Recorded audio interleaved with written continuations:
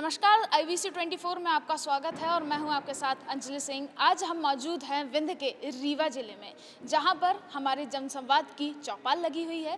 तो वहीं इसी कड़ी में हमारे साथ दिव्यराज जी जो विधायक है सिरमौर से, वो मौजूद है। सर, स्वागत है आपका हमारे यूट्यूब चैनल खबर विभाग में और IBC 24 में।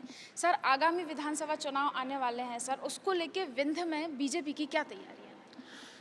देखिए, मध्य प्रदेश पहले से ही एक बीमारू राज्य कहलाता था और उस बीमारू राज्य में भी विंध्य और पिछड़ा था। तो हम कहें कि बीमारू में भी पिछड़ा, माने एक गरीब में भी अति गरीब। तो हमारा विंध्य जो था वो अति गरीब की श्रेणी में पहले आता था।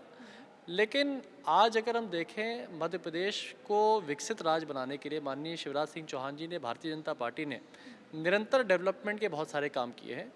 और ख़ासकर उन्होंने ये हमेशा कहा है कि अगर हम पूरे मध्य प्रदेश में बाकी अगर इंदौर भोपाल को 1 रुपये देते हैं तो 1 रुपये हम विंध्य को भी देंगे। उसी प्रकार से आज हम देख रहे हैं कि आज हमारे विंध्य को चौतरफा विकास किया गया है। चाहे वो हमारे आज हम यहाँ पे रीवा में बैठे हैं, रीवा शहर जहाँ पर पहले गड्ढों में लोग रहते थे, यहाँ से लोग अगर किसी को प्रयागराज से, इलाहाबाद से रीवा आना था तो उसको 6-6 घंटे लगते थे। किसी को यहाँ से जबलपुर जाना होता था, महाकौशल जाना होता था तो उसको 6-7 घंटे लगते थे। लेकिन आज यहाँ पर आप जैसे मीडिया के यहाँ पे फर्म्स भी आ रहे हैं, क्योंकि आज पहुँच बढ़ गई है।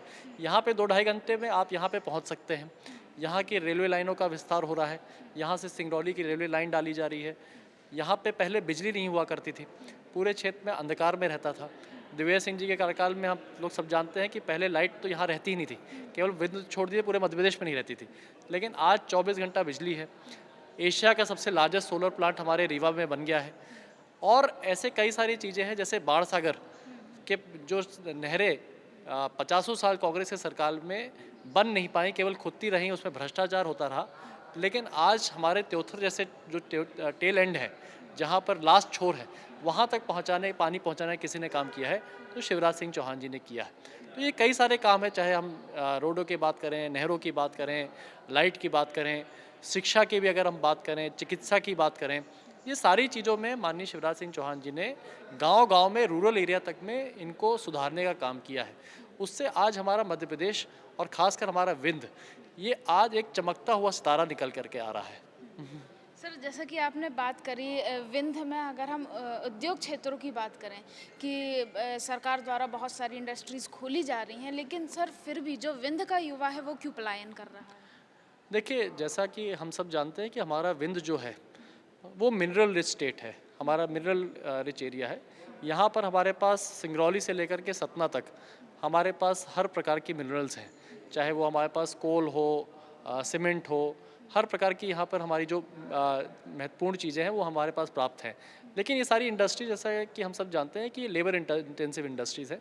यहाँ पर हमारा लोकल लेबर यहाँ पर कहीं ना कहीं उपयोग होता है। लेकिन फिर भी हमको अब कोशिश करना है कि हमको माइनिंग के अलावा यहाँ पर हम ऐसी चीज़ें भी लाएं जहाँ पर हमारे प्रोफेशनल्स का काम आए, जो हमारा ITI करके बच्चे निकल करके आए, उनके लिए कोई ना कोई इंडस्ट्रीज़ लेकर के आए। ये हमारा प्रयास, देखिए, ये चीज़ तब संभव हो पाती है जब यहाँ का इंफ्रास्ट्रक्चर डेवलप होता है। अब हमने अपनी ढांचा खड़ा कर लिया है, अब केवल हमको उड़ान लेना है और निश्चित रूप से अगले हम लोग समय पर आने वाले से, क्योंकि ढांचे पे हम लोग जो नींव हमारी वो तैयार हो गई है और इस पे हम लोग विंध्य को और तेज़ी से आगे बढ़ाएंगे।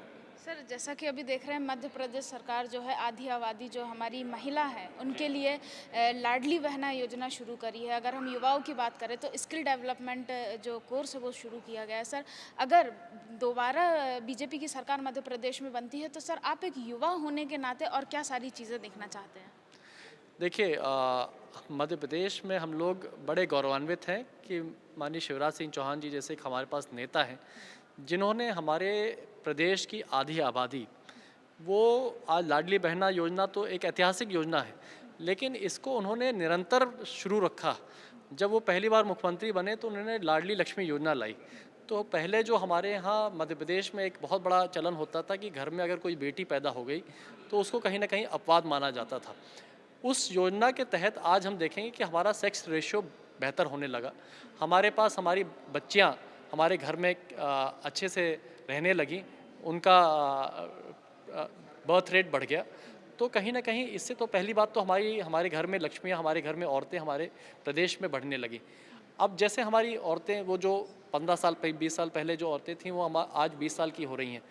वो उनको भी कहीं ना कहीं घर में रह रही हैं, उनको भी कहीं ना कहीं हम लोग कोशिश कर रहे हैं कि उनकी आजीविका के लिए भी अब हम लोग ये लाडली बहना योजना लाएं, जिससे कि वो घर चलाने के लिए, देखिए कृषि सम्मान निधि हमारी सरकार ने दी, किसानों को 1-1 हज़ार रुपया मुख्यमंत्री जी हम दे रहे हैं, माने अब प्रदेश सरकार और राज्य सरकार दोनों दे रही है, तो लगभग 13,000 हो जा रहा है।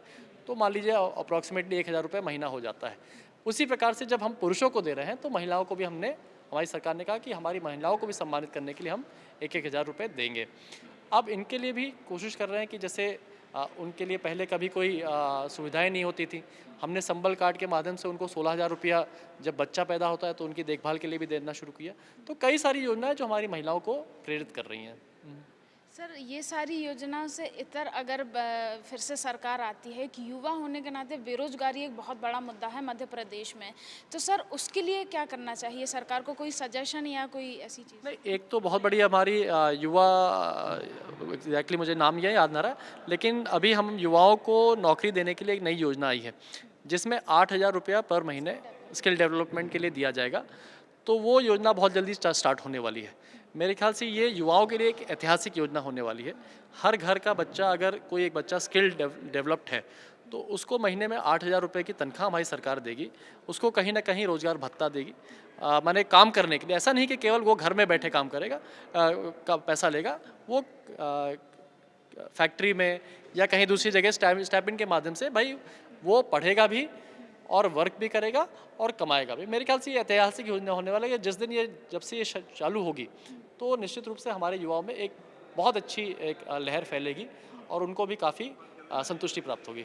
सर, हम अगर विंध्य की बात करें, आगामी 2023 में विधानसभा के चुनाव होना, पिछला रिजल्ट जो हमने देखा था कि कांग्रेस की 4 सीटें और हैं जिन पे बीजेपी ने कब्जा कर लिया था, तो सर अब और कितनी सीटें और हैं जो देखी जा रही हैं कि वो बीजेपी के पक्ष में आ सकती हैं?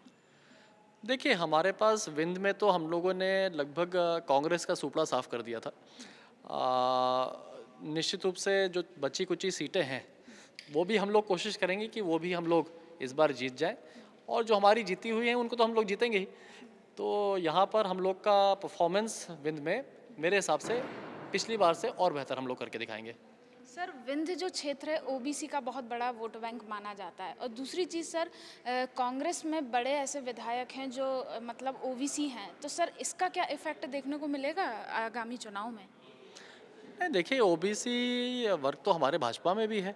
हमारा विंध्य कोई ऐसा तो मैं नहीं मानता हूँ कि किसी एक जात का ज़्यादा डोमिनेंस है, लेकिन हमारे यहाँ सभी जातों का मिश्रण है। हमारे यहाँ ओबीसी में हमारे मंत्री हैं रामखिलावन पटेल जी हैं। अगर आप ओबीसी की ही बात कर रही हैं तो रामखिलावन पटेल जी हमारे मंत्री भी हैं, साथ में प्रदीप पटेल जी हमारे विधायक हैं। तो इतना मेरे ख्याल से काफ़ी विधायक हैं हमारे यहाँ ओबीसी में भी, और बाकी सामान्य वर्ग के भी विधायक हैं। तो ये थे हमारे साथ दिव्यराज सिंह जी, जिन्होंने बड़ी बेबाकी से अपने सारे सवालों का जवाब दिया। कैमरा पर्सन गणेश के साथ अंजलि सिंह, रीवा।